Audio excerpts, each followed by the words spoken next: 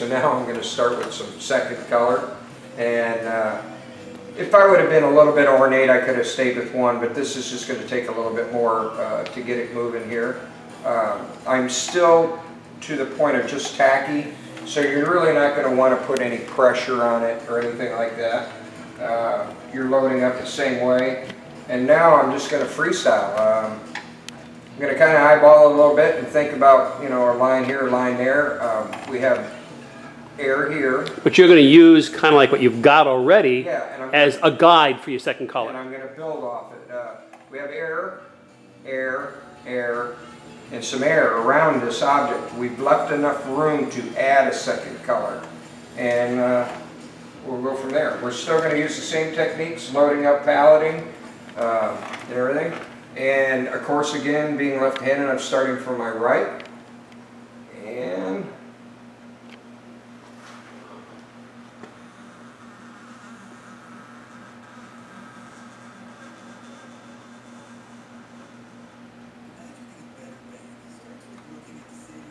And you're just pulling lines for whatever moves you. yeah, I'm just going to kind of start pulling and create something on the right side and create something that I'll match on the left side. And I'm trying to take up a little bit of what was the negative air, whatever's the most non-filled purple area. And I really, sometimes I don't know what I'm doing until I see where it's crossed over a couple times. Back to using some tools again, the eraser.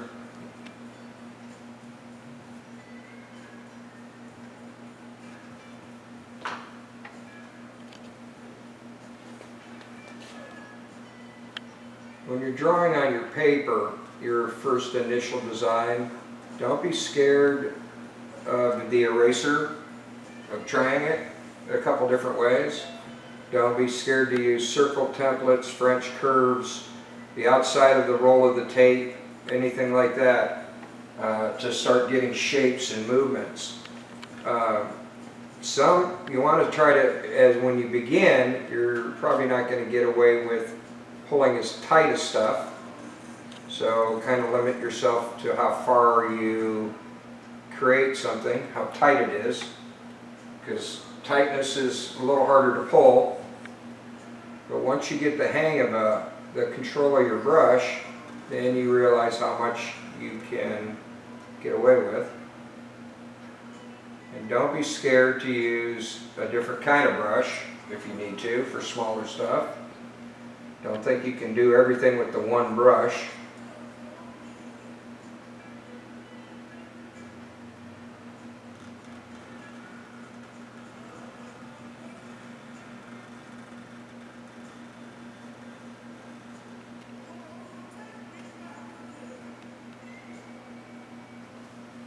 Another thing is, if you don't feel comfortable just freehanding your second color, let your object completely dry, and maybe the next day come back, make yourself another pounce.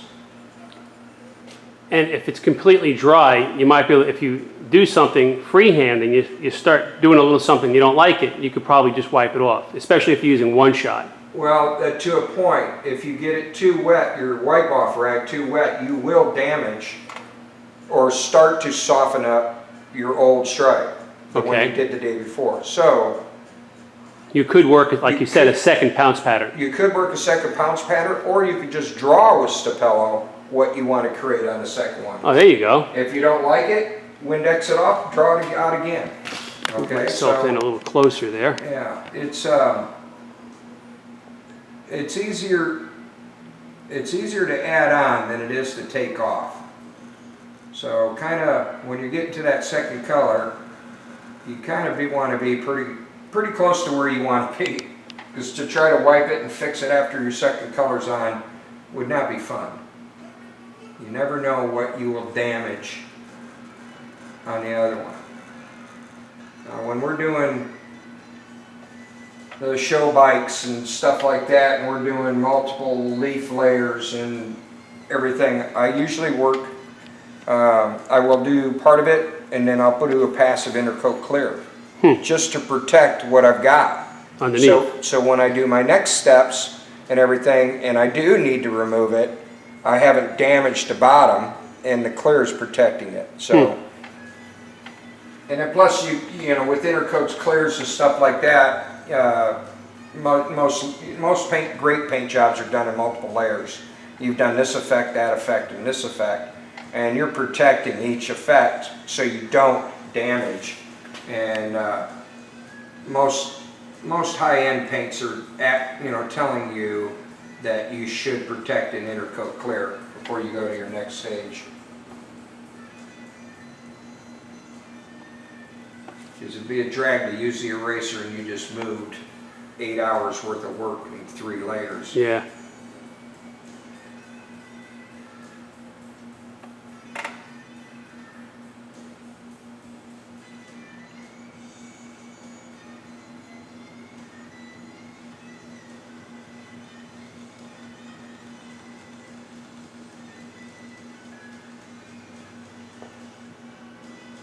I think when I'm done making this DVD, I'm going to be a much better striper, learning some of these new tricks. Yeah.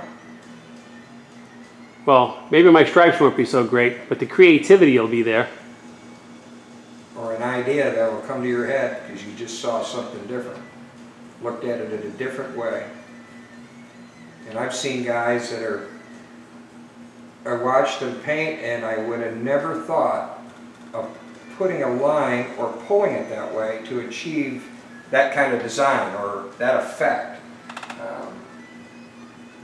Using that true shade and put a little bit of this color in it with a touch of black, you know, just outline it, and then with that idea is giving me avenues. Stuff that I've seen a striper do that I've taken that concept and added it to a lettering.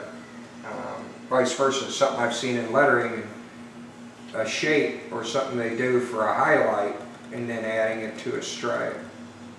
The other thing you got to remember is, and I tell this to everybody, that, well, man, that's a dying art. No, it's not a dying art. There's a lot of people out there that are still doing it. And you got to remember one thing. It did not start in the 40s and 50s. This has been around since the Egyptians. Yep. They used to pinstripe their chariots. Some of the most awesome work you'll ever see is from the 13, 14, 1500s. European coaches, the gold leaf and the scroll work. And Carl Casper is a guy that's into those old... oh yeah, that collection just got sold up there at Auburn. At this year's Auburn auction.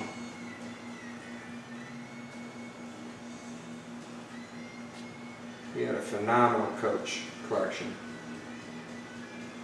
It's just about half an hour, 45 minutes north of here.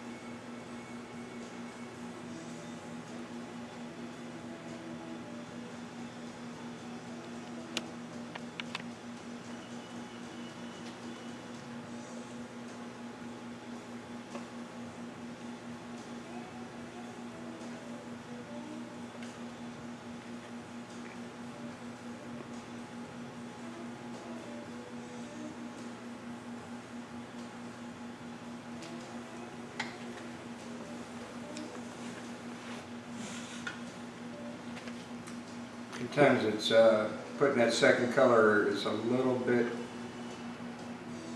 confining on how you would normally do a stroke, because you want to keep your hand out of the other stuff.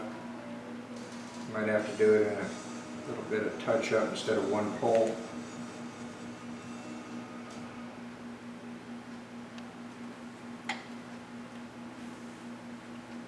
You're going to learn, keep learning and practicing and practicing, and finally you're going to figure out what's comfortable, what's the brush that I use or you like the best. Do I use just the one brush for everything, or do I switch up a couple times? using different brushes.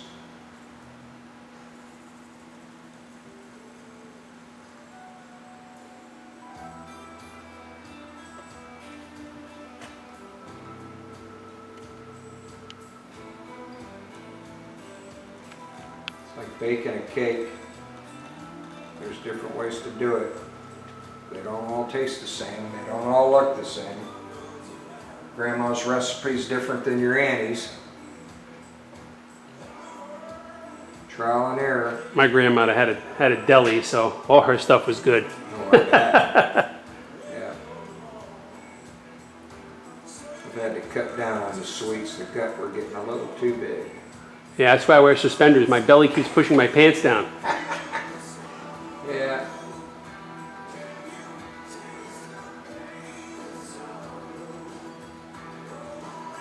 It's amazing just to watch a panel like that come together from start to finish like this. Yeah, a little bit of this, a little bit of that.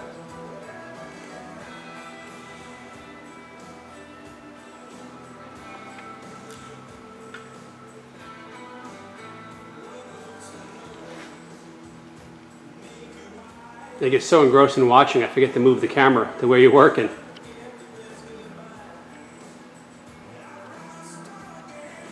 You gotta remember, the other thing is that we've got the Stapello on there, and once we're completely dry, we can just Windex off and all these marks will come off. The only thing we'll be left with is our paint. The thing about a Stapello is don't press hard on it.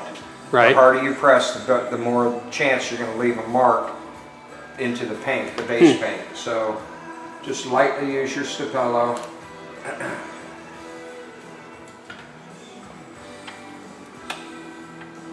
I guess that would look good either way, up or down, huh? I think so. I guess it only, the top and bottom are determined where you put your signature. Yeah.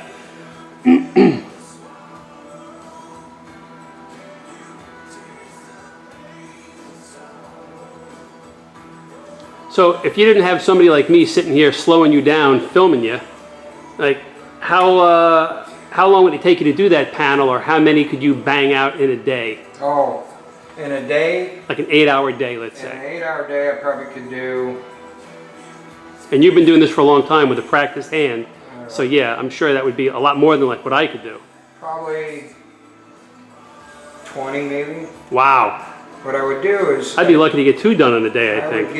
I'd get all my panels based first, Right. and we do a variety of different colors, flat black, this blend, or whatever. I'm very fortunate to know a couple of great base painters that do cars and stuff like that, so I usually give them some blanks, and the next time they're shooting whatever color here and there, Right. they'll shoot them for me. So I get to work off of some really killer backgrounds, not just these Krylon things. Right. And then I'll lay them out, and I'll get my first color down on all of them, and then as they start going out, I grab that first one back, and then I can start adding my second color to that. It's just packed off by then. And then keep working, and then some of them might get a third, some might just get highlights. So like a lot of the stuff we showed everybody on your vertical rack you take to car shows, that's pretty much how you can build up an inventory of things to take around the shows with you to sell. Exactly, and then it'll get to a point where I'll have a day, and I can get part of it started on like 2 or 3 of them, and then I have to get back to work on a project that I'm already lettering on, or something else is in here. And they're always waiting in the wings. They're waiting. Then after the end of the day, I might still have a couple hours left in me to stay awake and want to do something. I go back to them. Or if you were like pinstriping someone's car and you laid out that first color and you had to let that set up, Yeah. you can go back to your panels Yeah. and Okay. occupy your time so you're not standing around. Exactly. So that's why there's always paint being flung at one point or another during the day here. Now is flung a scientific word? It might be. I might All have right. picked it up somewhere. So I've heard paint slinger before, so a paint flinger would be something different? No, it'd be the same thing. Okay. That's a no-coast term. That's a no-coaster. Remember, you heard it here first, gang. This is the official home base station for no-coast. That's right. And pretty much anyone, if you paint and you do it, you're more than welcome to come. Just give me the heads up, because we only give it, I only have room for so many. There's only one bathroom and so many folding chairs. That's correct. You have to bring your own milk crate. That's right. And then the only other rule to the show is that you bring a piece that's finished, and at the end of the day, we all put names in the hat, we draw, and that's the panel you take home. Huh, well that's pretty interesting. Yeah, so everybody gets to come have fun. We all learn something, talk about something, see a new technique. Each one of us vary in age and from different areas around the Midwest here. And just to be able to take another guy's artwork home is a great fun. I do notice like a lot of the stuff you have, and like I only just started doing it, is collecting somebody else's work. I love it. And even if I'm at a, you take these and you. Yep. When I'm at a charity auction, I'll try and bid on someone's work to not defeat the purpose of, of the auction and stuff. It's I just enjoy so much, somebody else's view of things, their style and stuff like that. There's great artwork, and so much talent out there. It's like having a poster, or you go to the New York Metropolitan Museum of Art, and you can get a poster of like Seurat or any piece of art you saw in the museum. You might not be able to afford the $60 million for the art. Exactly. But you got that, $9.99 poster you can hang up. All right. And it's almost the same. Yeah, it's remembering stuff, and it just a style. You're seeing how somebody else does something, and you might, I personally think there's so much tremendous artwork out there that the majority of the people will never see. Never, ever see. And then you got people that have no clue what they're looking at. They don't understand it at all. Well, maybe they'll come around and learn.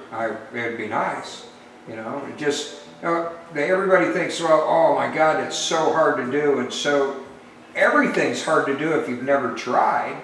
Right. And if you don't try, how do you know it's that hard to do?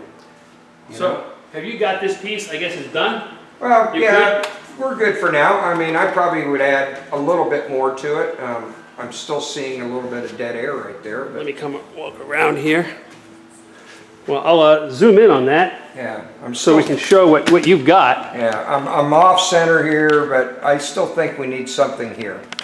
Let's try and. I got some Stapello thumbprints here. So there's no glare. But we'll start at the top. Wait for my camera to focus on it. I think I'm focused. I think that's probably pretty good there, and we'll just kind of pan down.